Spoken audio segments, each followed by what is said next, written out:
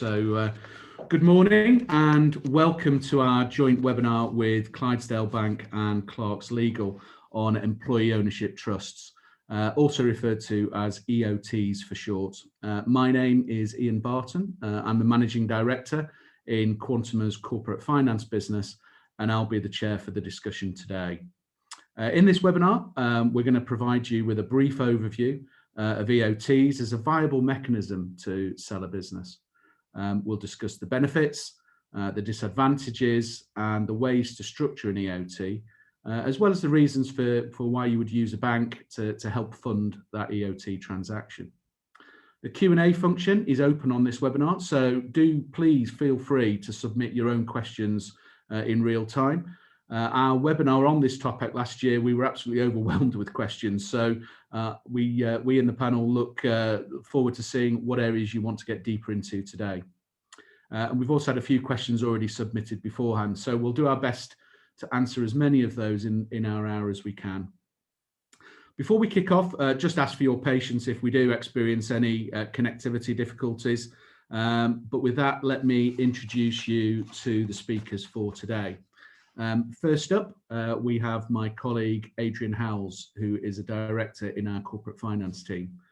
Adrian is a corporate finance specialist working with small and medium-sized enterprises to help shareholders achieve their goals.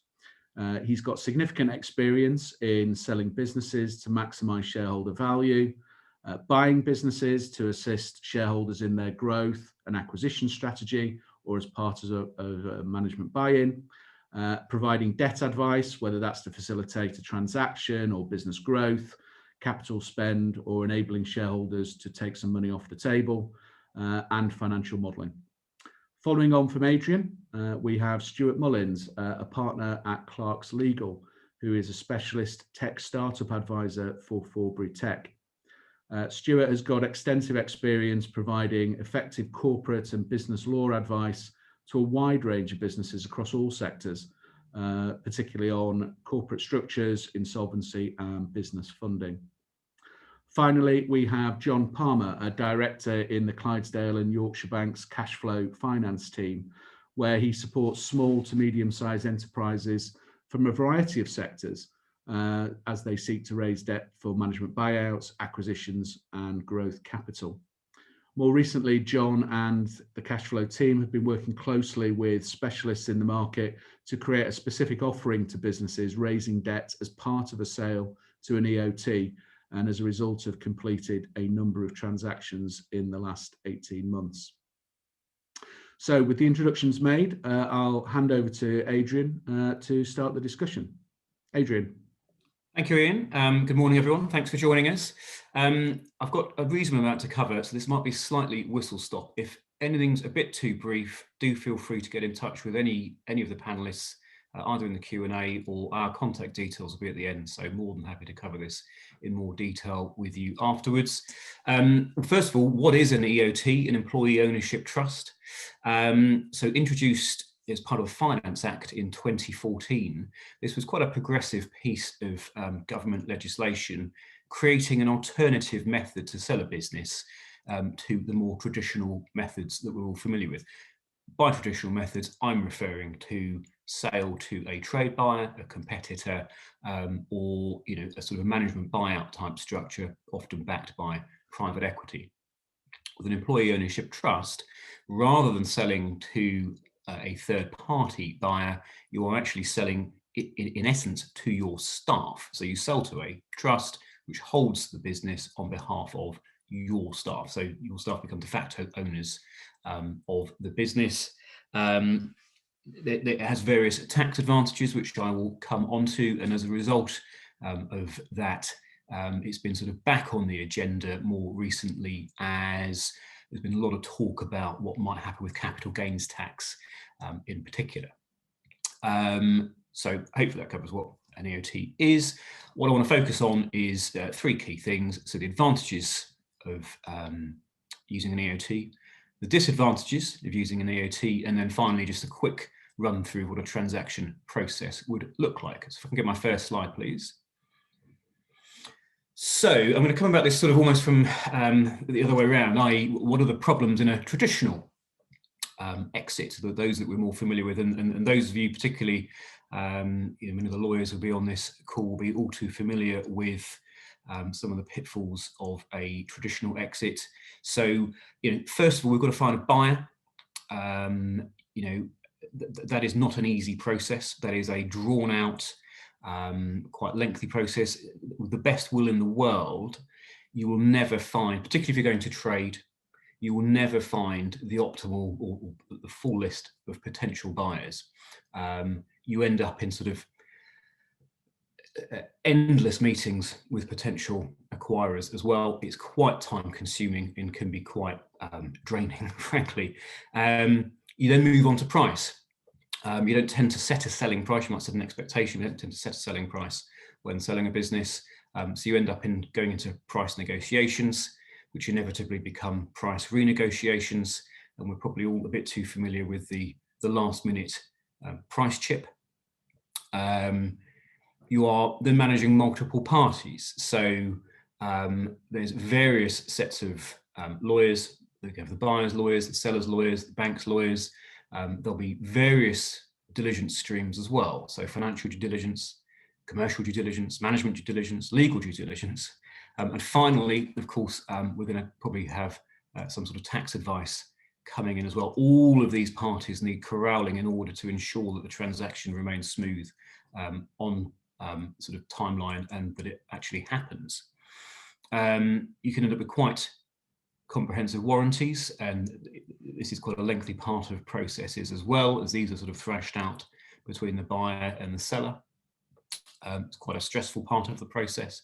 Although warranties are fairly rarely enacted, it nevertheless leaves sort of this risk hanging over the vendors' heads, even after the transaction. And then finally, there's a quite a chunky tax bill to pay. And here I'm talking about capital gains tax in principle. Entrepreneurs relief was reduced from a £10 million lifetime allowance down to £1 million 12 months ago. So first £1 million at 10%, everything else at 20%. Obviously, lots of conversations about that changing. We all thought it was going to change in the spring budget. It didn't, but I don't think the threat has gone away. So those are sort of, if you will, the disadvantages of a traditional exit. And so the advantages then for an EOT is that nearly all of that falls away. You don't have a protracted, lengthy buyer search. You know who your buyers are. They are your staff. You can, within limits, set your selling price. It needs to be an independent valuation and needs to be agreed by HMRC, but what you're not doing is getting into protracted and repeat pricing negotiations with a buyer. The number of parties involved are significantly reduced. Yes, there will be a number of legal parties, but much of the diligence falls away. It's much more collaborative rather than combative, and therefore can lead to a much smoother process. Warranties really only cover sort of the fundamentals, share ownership, things like that. They are substantially reduced, and so again, that stress of the transaction process goes away, and also the element of risk on the sellers post-transaction is that bit reduced. A great advantage, certainly in terms of getting the transaction done, is that the buyers do not require funding. So, we're saying we're selling the business to your staff. Can your staff afford to buy the business? Might be the question you'd ask. Would ask, but actually they don't have to put their hand in their pocket at all. And then finally, and this is a particularly appealing advantage to many, EOT sales are completely tax-free. Quite a significant advantage. I'll look at the disadvantages now. Thank you. I've just noted that the buyers don't have to put their hand in their pocket. From the seller, therefore, that does create a bit of a disadvantage in that on day one, the amount of value that you can extract is reduced. Generally, the value that you'll be able to take out is the free cash on the balance sheet, and then you are looking at the business paying you out over a number of years as it earns profit. Now, we're delighted to be joined by John, who'll be speaking later, from Clydesdale Virgin Money. They are looking to help fund these transactions and put debt in at the day one point. which means that more value can be extracted by the sellers, albeit you'll still be behind where you might be on a trade sale. However, the quid pro quo on that is that you therefore leave the value in as loan notes and can charge interest on those, easily 10%, and you can get sometimes a 5% warrant.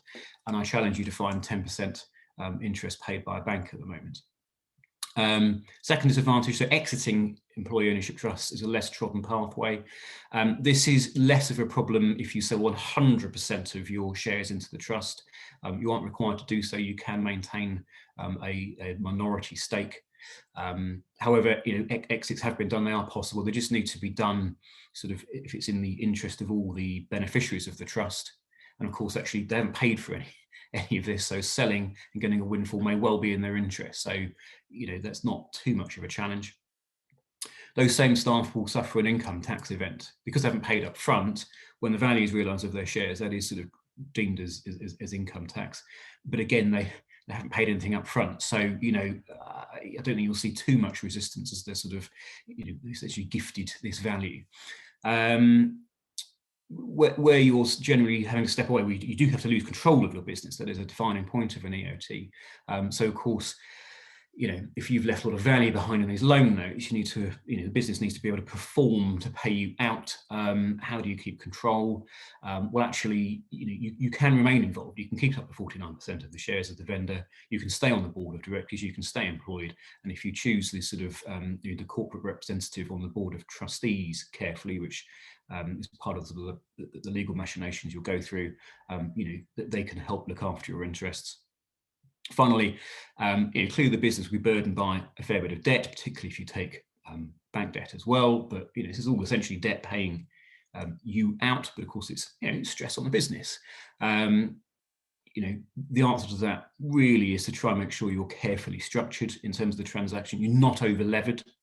And a key thing, something I haven't mentioned yet, is that studies have shown that businesses owned by their employees tend to be more robust. They tend to sort of weather storms better, and it's because the staff all corral together around a problem because they've a vested interest in it. Okay, I'm going to look at a transaction process now, please. So this first bit sort of covers all transactions. Final bit, sale process, is very EOT specific. So the first thing is getting ourselves ready for sale. And I'll always say to anyone thinking of selling their business that the sooner you start engaging and having conversations with advisors, the better. Genuinely, 2 years out is a great time to start looking at this, because there'll be sort of strategic decisions that you may want to make that help prepare the business for sale. Once you've gone through that process and we're now ready for sale, and also during that process, you will make a decision on what sort of exit am I going to go for. Am I going to try and sell to trade? Am I going to go down a management buyout, private equity backed route, or do I want to go down the employee ownership trust route? With all of these, again, the advice would be to speak to your advisors. If you go down the EOT route, we would also advise conversations with your staff relatively early on, because this suddenly being gifted their share of the business is a bit of a bolt out of the blue. And I think the better you manage that message, the smoother the transition is likely to be. So we move into the sale process. As I say, this is only for EOTs. First of all, is that valuation is absolutely critical. The employees who are taking it over will not make an offer. We need to define what the sale price is, and we do that using independent experts. Something we can do for you. That needs approval from HMRC, so we need tax clearance from this, and again, we will deal with that for you. Once that is agreed, you can then move on and start the transaction itself. In earnings, we'll look at the funding. How are we going to structure this? Are we going to use external funding to get more money out on day one? It's quite an efficient way of getting more value out, and it's quite cost effective as well. We need to work out the structure thereon. Again, something we can help you with. And finally, to make it sound almost too simple, you move on to the SPA. It's a simpler process getting through the SPA than it is in a more traditional transaction, where there's sort of that sort of combative nature. Signing of the SPA, and you're done. Almost couldn't be simpler. I'm I'm going to pass on to Stuart Mullins now, who's going to look at some of the legal aspects of EOTs. Thank you very much, Adrian. Morning, everybody, and thank you very much for joining us today. I want to cover really an overview of three things really. The legal structure and how that differs from a traditional trade sale. Talk about some of the practicalities around trust. The key difference, I suppose, in compared to a conventional disposal or acquisition, and then just cover off towards the end with some practical considerations that aren't necessarily legal, but I think pretty important when considering this structure. So if we could just move on really to my next slide, I think it's quite useful really to begin by sort of setting out some of the key protagonists in the EOT structure. You of course have your sellers, and those sellers are either founder shareholders or perhaps option holders, so conventional employee option holders can be realised under this structure, just as in a conventional trade sale. The buyer is a trust. That trust is established at the point that you prepare the documentation and you prepare the acquisition. That trust is for the benefit of the employees as a whole. Normally, that trust is controlled by a corporate trustee, and that corporate trustee is managed by a board of directors. And as I say, the benefit of that trust sits very much with the employees of the company and its various subsidiaries. And then moving on, if we look at the sort of funds flow on completion of the transaction, there is a flow of monies moving from the target, generally surplus cash, as Adrian explained earlier. On completion, that goes up through to the trust and then to the sellers. And as John will talk to us about in a little bit more detail, there can be bank funding involved, which is ordinarily secured on the target, taken out by the trustees, and used to fund some of the acquisition.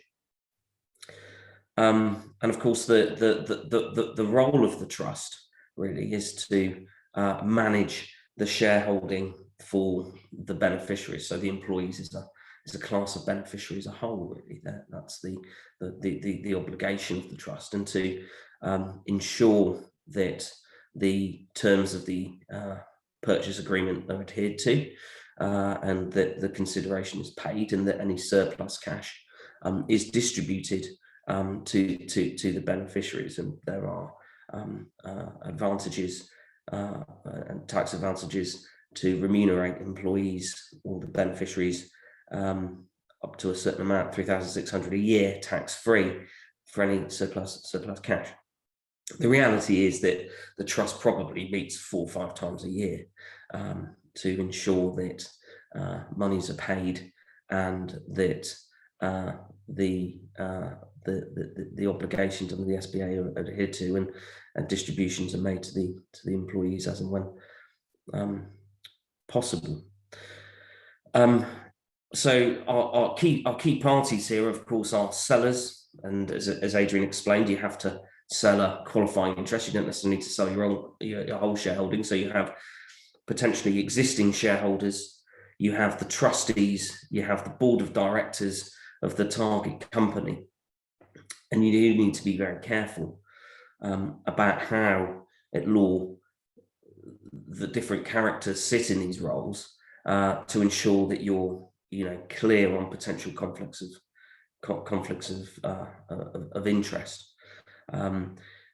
If you have a corporate trustee, generally the corporate trustee is responsible as representing the interest of the majority shareholder for appointing the board of directors the target company, for example, as we all know, and therefore having trustees who are also sitting on the board of directors of the target can give rise to conflict. And you have to think about, when you set this process up, how all the key people are going to play their part and where they're going to where they're going to sit in and around this.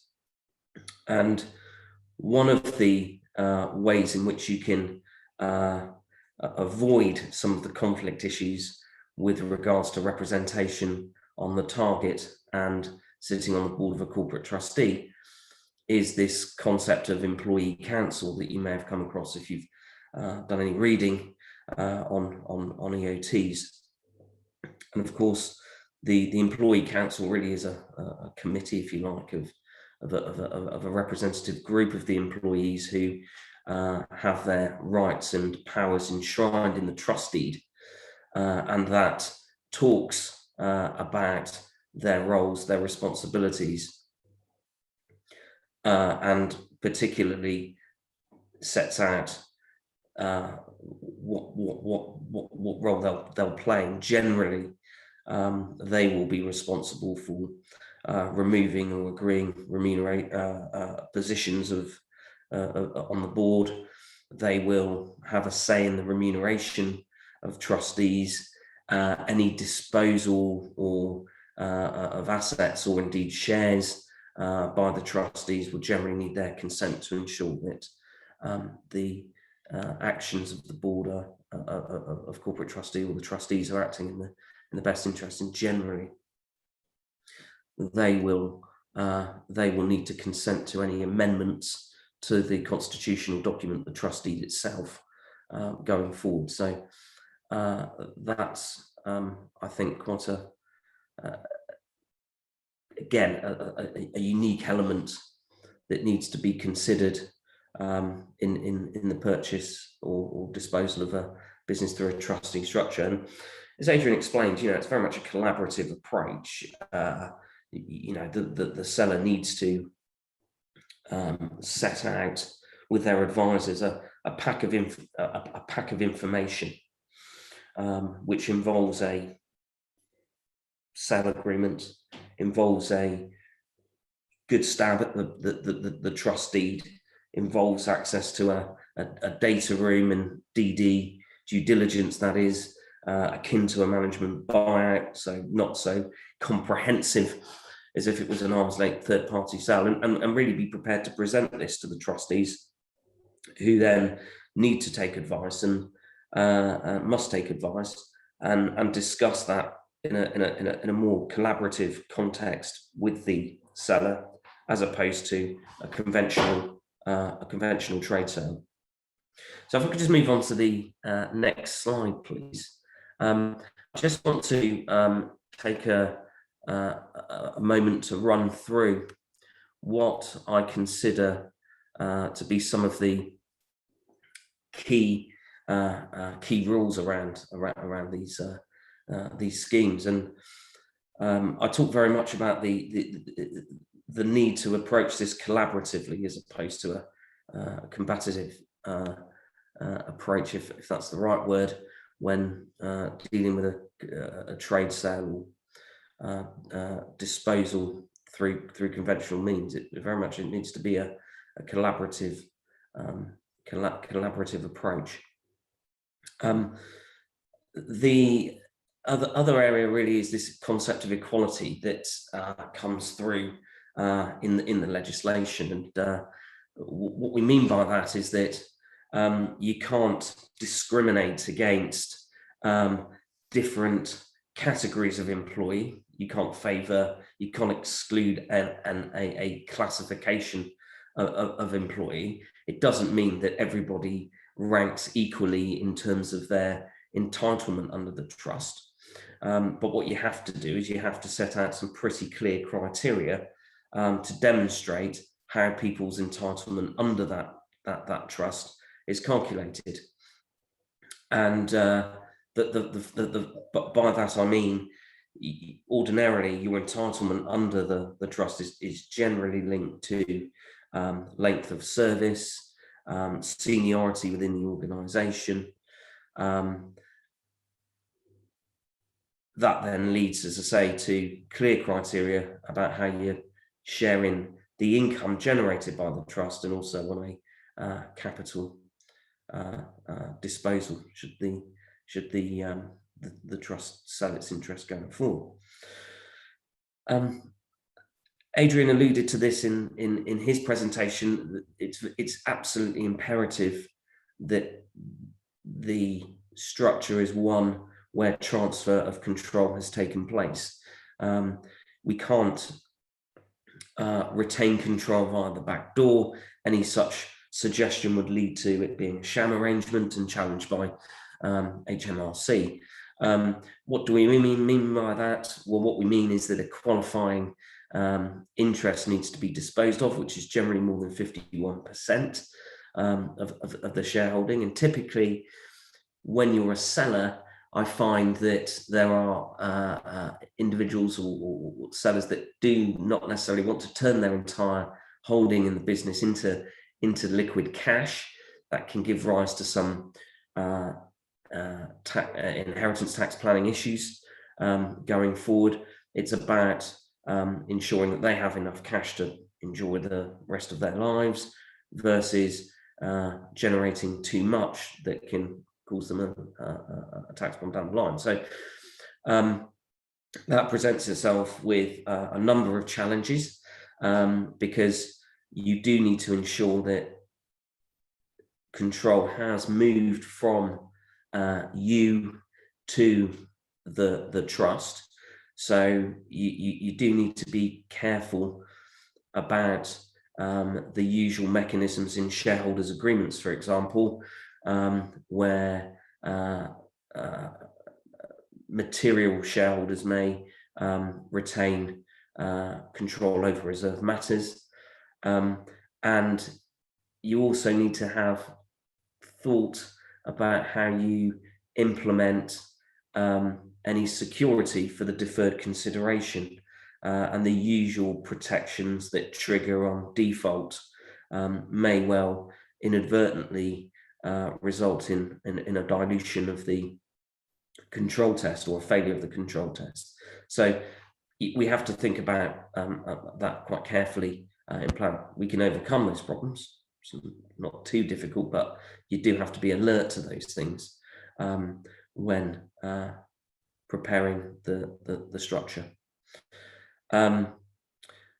As I say, it's incumbent that the trust is for the benefit of all employees, so you can't favour your sales team over your back office function, for example, or vice versa. But as I say, it has to be equal in that regard, but not necessarily equal in terms of individual entitlements under the trust, which, as long as you've got clearly objective and defined criteria in the trustee as to how that will be realised, is acceptable. The role of the trustee needs careful thought. We have to think about who the trustees of the trust will be. That invariably will be a corporate trustee. And therefore, what we have to think about is the difficulties, as I alluded to earlier, about potential conflicts of interest with key protagonists in the structure, how their statutory obligations and duties could be compromised or challenged if they wear too many hats. So again, some thought needs to be regarded there. And of course, we talked about the requirement for a controlling interest to be transferred. So if I could please just move on to my final slide. And here we're just going to look at some of the practical things that I think you have to consider before you get into the legal docs. Valuation, as Adrian explained right at the beginning, this is where you start. It's very important to go and get an independent valuation, and I'll define that in a second. This isn't a desktop valuation. This is a detailed valuation that can stand up to scrutiny and challenge by HMRC. When I say independent, generally I would advise that the incumbent advisors, accountants are not involved in creating that valuation, because ultimately they will have a link to the sellers by virtue of their appointment. It's just the nature of the beast. I would strongly advise people to go and find a independent, reputable firm to carry out that valuation, because the seller needs to be certain that it is market value, because you're not allowed to sell for more than market value. And the trustees need to ensure that what they're paying for indirectly is the market value. So ordinarily, the company, it's perfectly permissible for the company to pay for the valuation that's robust, dealt with by an independent firm of accountants, and that forms part of the sales pack. And of course, from the accountant's perspective, it's pretty important to ensure that you have sort of stepped away. You don't want to be involved in too much of this, because going forward, you want to avoid any potential conflicts yourselves and potential professional embarrassment if you've been involved where perhaps you shouldn't have been. Culture, there are, as Adrian's explained, some very generous tax advantages to the structure, which going forward, and given the interests that we've had in these webinars, would indicate that perhaps a lot of businesses are looking to do this for the wrong reasons, i.e. the tax benefits. You do need to ensure that you have a collegiate and consultative way in which you run and manage your business. You want to ensure that you've got a management team that can do without you, rather than an autocratic style. And it may well be that if you do look at your business and the way in which you run it, that you might need to plan about how you can create internally a culture where the business runs without you before this goes before you contemplate an EOT. The impact of a business not being able to fulfill its obligations under a purchase agreement or fail, are significant. So that's an important thing, I think, to address. And then finally, and I won't talk too much about this, is how's it going to be funded? Typically surplus cash on day one, and then there's some form of deferred consideration, normally between a 1 and 10 year period. But it is possible to borrow to accelerate that initial consideration process, which leads me nicely on to introducing you to John Palmer of Virgin Money Clydesdale Bank, who will look at that in some detail. So, John, over to you. Yeah, no, thanks, Stuart. So sort of building on what the guys have already discussed, we're going to cover sort of looking at the benefits of using bank debt to fund an EOT, and then sort of go into some more specifics around appetite for lending, sort of considerations that we'd have to take into consideration for an EOT, and then finally we'll go through sort of a worked financing example, just to kind of bring it all to life. So we can just move on to the next slide, please. So Clydesdale Bank, just really very quick, brief bit of background. We're the 6th biggest clearing bank in the UK. We merged with Virgin Money a couple of years ago, and actually we're rebranding to Virgin Money, so the Clydesdale and Yorkshire brands will disappear soon. The team that I work in is cash flow finance, and we have a sort of national proposition supporting SMEs in sort of growth plans and also exit transitions. So the EOT concept fits quite nicely into our space, and to date we've managed to complete 5 funding rounds for EOTs under sort of a new specialist lending product that we've developed. So if we can just go on to why would we use a bank to fund an EOT? So I think as sort of Adrian alluded to in his piece, you haven't got any new money coming in from an incoming management team or trade buyer, etc. So if the vendor's looking to sort of extract any cash day one, aside from any sort of excess cash on balance sheet, really, a bank is or funder is the way forward. But the way that we look at it really is an evolution of the traditional management buyout model, whereas instead of sort of supporting a management team per se, you're sort of supporting all of the employees and the business as a whole. The main advantage is that the debt for the vendors is the debt can unlock equity value that would otherwise be tied up and provide cash to them without having to pledge any personal security. That's the Clydesdale specific thing. Other lenders might have different policies, but from our perspective, no personal security or personal assets pledged. It's just pure cash flow loan.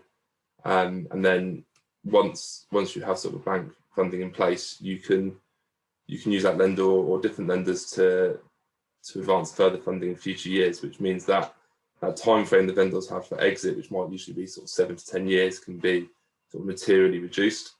And I guess the advantage for the business, for the employees, for the trust is that, again, as Adrian alluded to, the vendors might charge up to 10% on their loan note interest, whereas bank debt considerably cheaper, and kind of reduce that overall interest burden on the business in the longer term. So if we move on to the next slide, we'll talk about sort of general sort of appetite for lending and sort of things to consider before you sort of look to fund an EOT. So I think the first thing that's most important to note is that there is no one size fits all approach. Each transaction will be looked at on its own merits. So all the bits we're about to go through are kind of the general pointers, but yeah, I mean, there's no sort of tick box exercise really.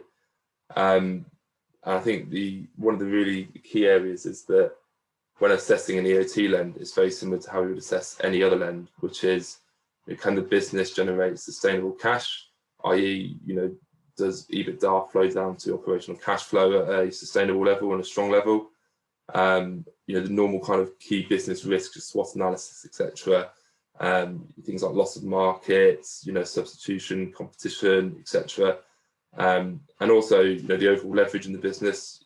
Does the EBITDA, the business, warrant that level of debt, or the sector the business in, does it warrant that type of debt? So, kind of EOT aside, any business that's looking to raise debt would be assessed on these criteria, and it's really important to note that just because it's an EOT doesn't preclude us from having to do all the normal sort of credit work that we do on any deal. So we'll look at some of the more specific areas for lending to an EOT on the next slide, please. So this has been covered a lot by Stuart, I think touched upon by Adrian as well. It's around the valuation of the business.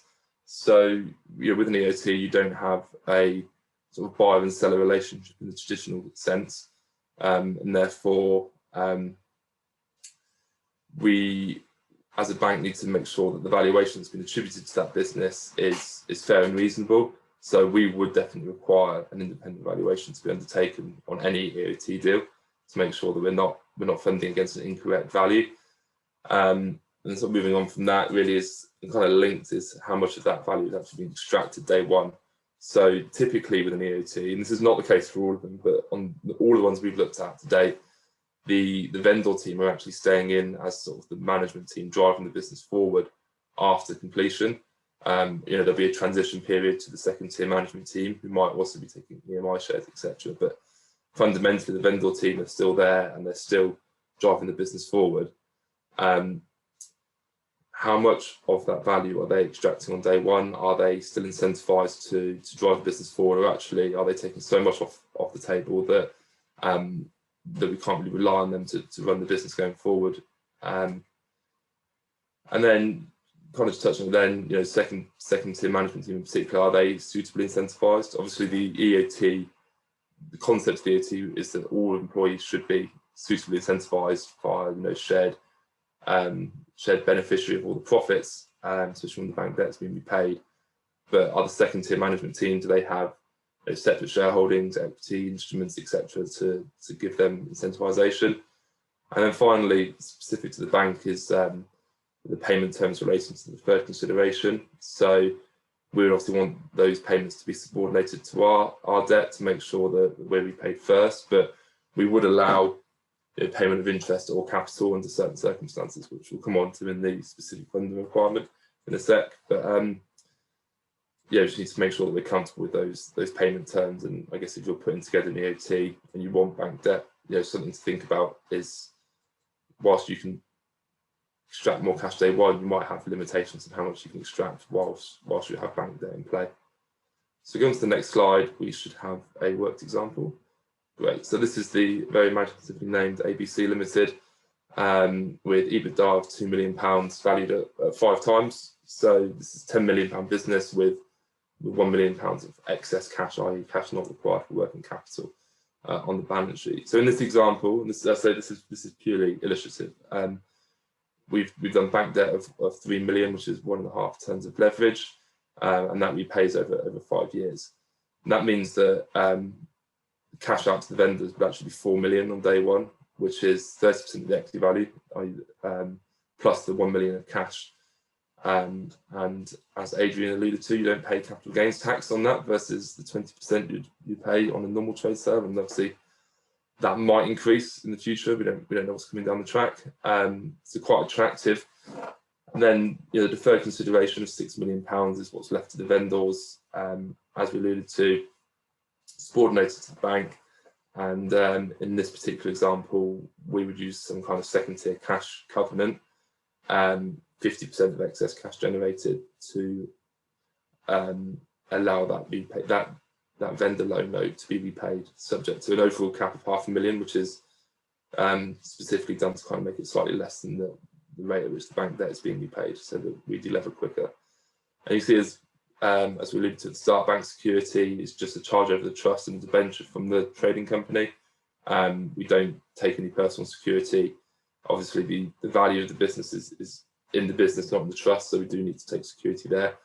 And then just a charge where the debt sits, which is a trust level, just to wrap it all up.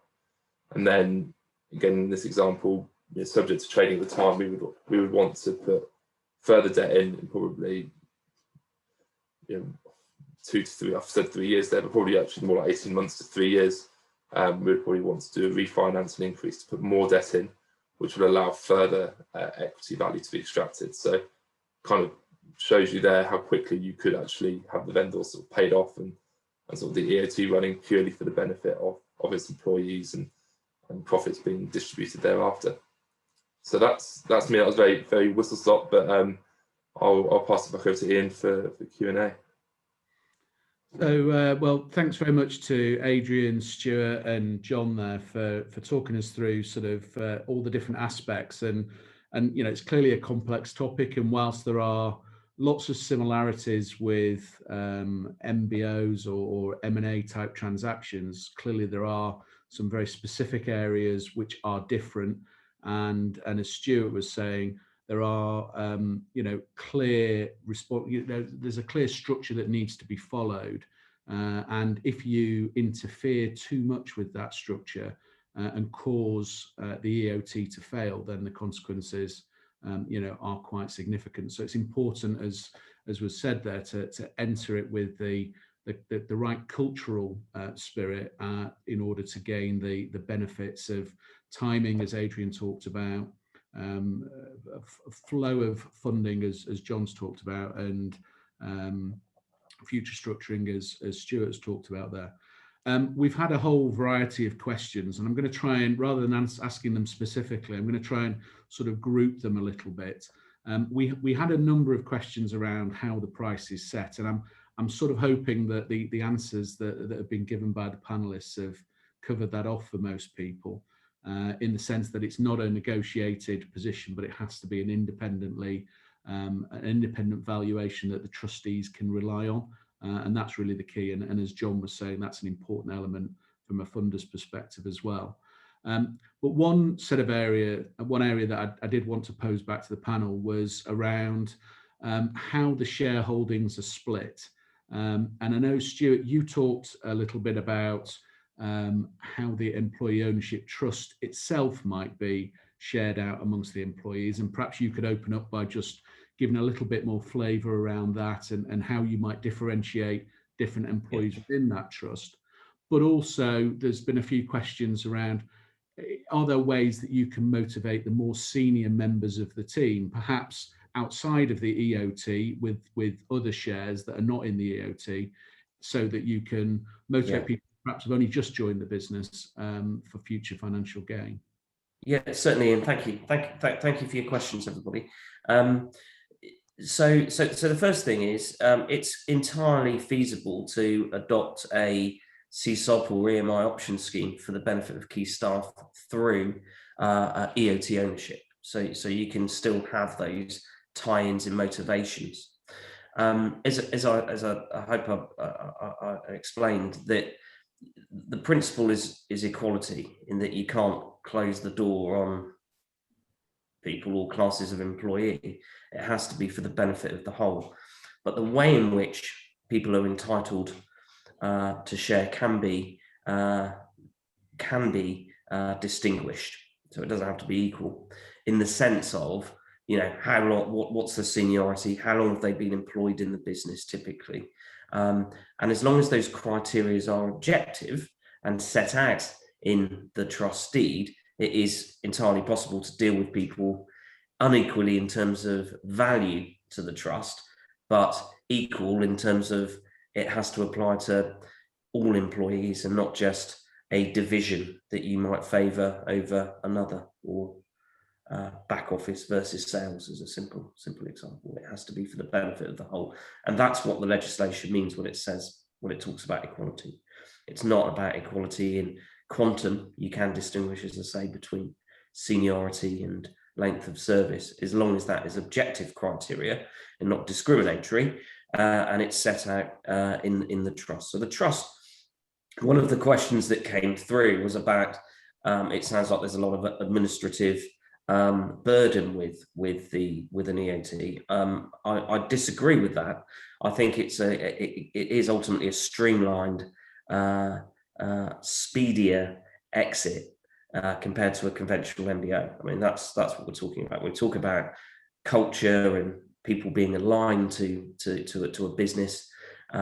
We really are. We're really talking, as a very tax efficient route to an MBO. And as I say, it sounds like you've got a supplemental document in terms of a trust deed and some other key players in the game, or the play, if you like. But it just needs to be carefully thought out and planned, and as Ian says, follow the statutory process. I don't think it's administratively more burdensome, especially when most boards of trustees will probably meet 3 or 4 times a year. Sure.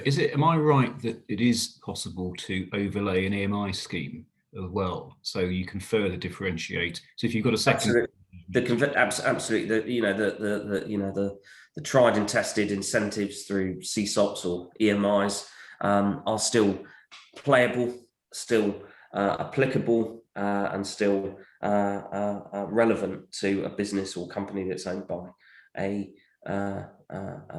predominantly by an EOT, as opposed to private individuals. That nothing changes there. Fine. So in other words, if we've got a tier 2 management team we're trying to bring on who can sort of ultimately take over from the vendors, actually we can still sort of properly incentivize them almost beyond the rules of the EOT to a degree, using those traditional methods. Absolutely, absolutely right. And just picking up on another point that talks about, well, what happens if the EOT sells the business going forward? How do you protect a seller from, not sharing in that increased value? It is entirely possible in the sale agreement to build in, conventional anti-embarrassment clauses, which gives the seller the benefit of an uplift if the trust disposes within a reasonable time after you've sold to them. Yeah, and that sort of exit area, there's a few questions around that in terms of how does that unwind effectively? And I guess there's two parts to this question really. In a positive sale, and the value then passes into the EOT. I think, Adrian, as you said, that value then passes through the employees, and okay, they have to pay income tax, but then they didn't have to pay for the shares in the first place. So, even at current rates, it's still a 55% benefit effectively for the employee. But on a more negative side, what happened? There's a few questions here about what happens if the business itself fails through that point, and I'm sure John, if he's put bank funding in at that point, will be pulling his face and starting to worry about that. But from the employee's perspective, a lot of the questions have come in say, well, what happens there in the trustees have then got to effectively go through a distress procedure. I don't know if the panel's got any thoughts on any of that. Stuart, is that right? There's a bit of a risk to this area I think we've discussed before is a bit of a risk to the vendors, isn't it? If an EOT goes bang quite soon, actually, and sort of fails, I think I'm right, and you'll be able to elaborate on this, but actually the tax benefit can fall away as well, so it can be a bit messy. Yeah, I must caveat by saying I'm not a qualified tax advisor, but generally, if the worst was to happen, you end up in the advantages of the tax treatment that you would otherwise enjoy being unwound, and therefore liabilities falling due to HMRC. But this is the point that sort of made earlier about culture. I mean, it's not a legal point, but it is really important to make sure that you have your business structured in a way that it has confidence, that you're confident that it can perform its obligations, and that's ultimately one of the reasons for the fair value test that the rules require. You can't rip the heart out of the business; it's got to be a fair price, and if you get that wrong, there's an issue. And similarly, as I say, you've got to spend time. I mean, you have to think about it. I mean, everybody thinks every business owner thinks they're the best business owner out there, but that you do have to look yourself in the mirror and be clear. Does this business do all right without me? Can this business run? Are the team qualified enough, experienced enough to run this without me? If the answer is no, then you probably need to think about internal organisation, developing people to get to a point where you can say, absolutely it can. Because if absolutely it can, and it's the right value, and you've structured the consideration in a way that involves sensible discussions with people like John, you're then in a position to safeguard the problem. And that sort of feeds into what I was talking about in terms of prep for sale, and actually, looking to do this up to 2 years in advance to be able to put those sort of cultural bits in place. But it's probably worth noting that if the whole thing is absolutely stressed, right to the edges anyway, and therefore at risk of going pop and the whole system unwinding, and actually all of your loan notes are at risk as well. So you really do want, it's in your interests that, as Stuart has said, that the business is in a good shape. Generally, though, as I said earlier, if you're in a good shape, EOT businesses tend to weather storms better. Also, the point I think about the tax advantages unwinding, that's not an indefinite point. I think I'm also not a tax accountant, but I believe the rules are it's essentially so long as you, I think it's when you reach your first tax year and you have one additional year, and so long as the business survives for that period, if it were then to go under, you wouldn't lose your tax advantages. Clearly, though, in almost all structures, business would still owe you, as the vendor, some of your loan notes, and they would be lost, as would anything owing to the bank. So, it is important to get that correct. And this is about the reason that this has the benefits in terms of the tax position. The cross-party team politicians. There was a paper produced on this where they said that, ironically, they called it the John Lewis model, although John Lewis isn't owned by an EOT.